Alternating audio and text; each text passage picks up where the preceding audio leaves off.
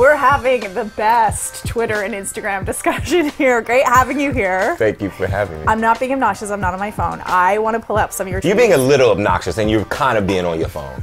A little bit. Yeah, but it's all about you because it's your Twitter darling, that I'm carry scoping. on, darling. People will write you things like, such a great cast, and you write back, you're so dope. And then like somebody wrote Okay, wait a second now. No, but that was Zoe Kravitz. Oh, okay. That was the offspring of the great Kravitz-Bonet dynasty. I almost wore my Lenny t-shirt today. We need to talk about this phenomenal success of the show. It's crazy.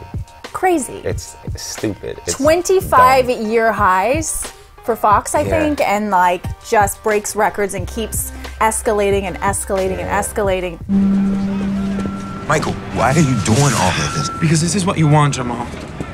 Couldn't even tell it to my face. I had to hear it on the radio. Nobody's special. I said no special girl. Yeah, and how do you think that made me feel, huh? Listening to you say that in front of the whole world. Well, no, you do have a special girl in your life. A daughter. Shooting the pilot, did you know? I knew that the energy around the project was beautiful and it was great.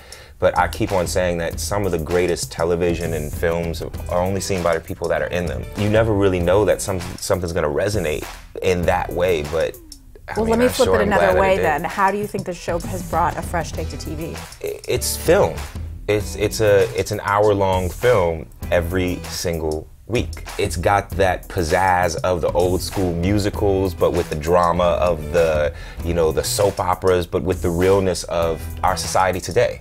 I want to know about the 7 auditions. 7 auditions to get this role, and you said you sang and danced for your life. Absolutely. I was gonna get this damn role. I was like, hell no. And if I don't get this role, it's gonna be because I just seriously was wrong for it, but I was going to do every single thing that I had to do. Because you're a singer, you're a songwriter, you must have seen this and gone, like you must have been like salivating. I was drooling. Yeah. I was peeing on myself. I was like, oh God, why? God, it just gets better.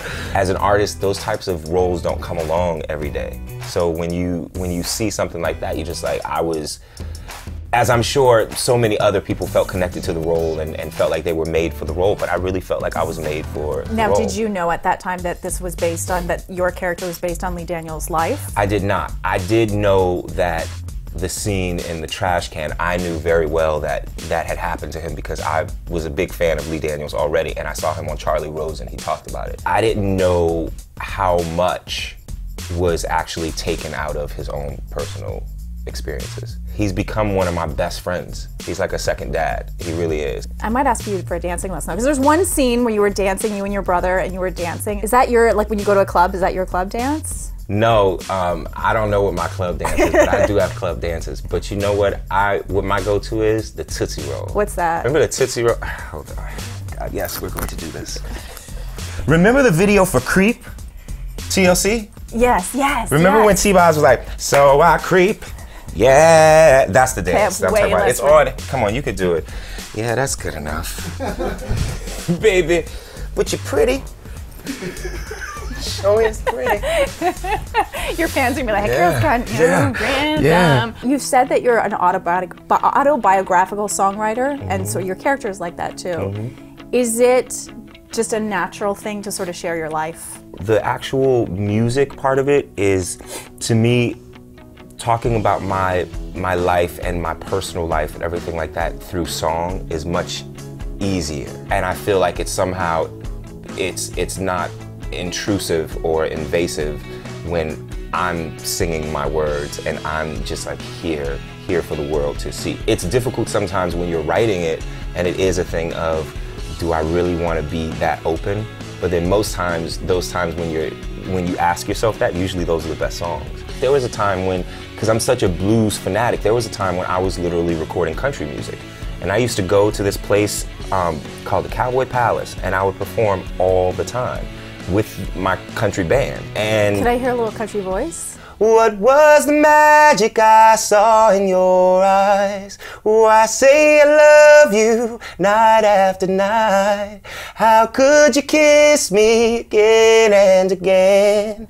I always thought you were thinking of me. It must have been him. Oh my God, I'm gonna cry. I'm crying. You got me crying. You did that on purpose. It's not fair. But it's just, I love country music. I love blues. I love lyrics, and I love stories. So that's the fun part. That is one of the things that gets me off, is like being like, here, that's a little piece of me. Yeah. Yeah. They couldn't have cast a better person on the show Thank than you so much. I think you're fantastic. Thank you. Only thing that I'm missing is the mac and cheese that you never brought me. Were we supposed to bring mac and cheese? Yeah. Craig! I heard you make a wicked mac and cheese, and I didn't. Craig is gonna suffer for this! Craig! See, I keep saying his name. He's mortified right now. I promise you. Mac and cheese. No, you know what we do? We set up a special episode at my house. You come and I will cook for you at my house.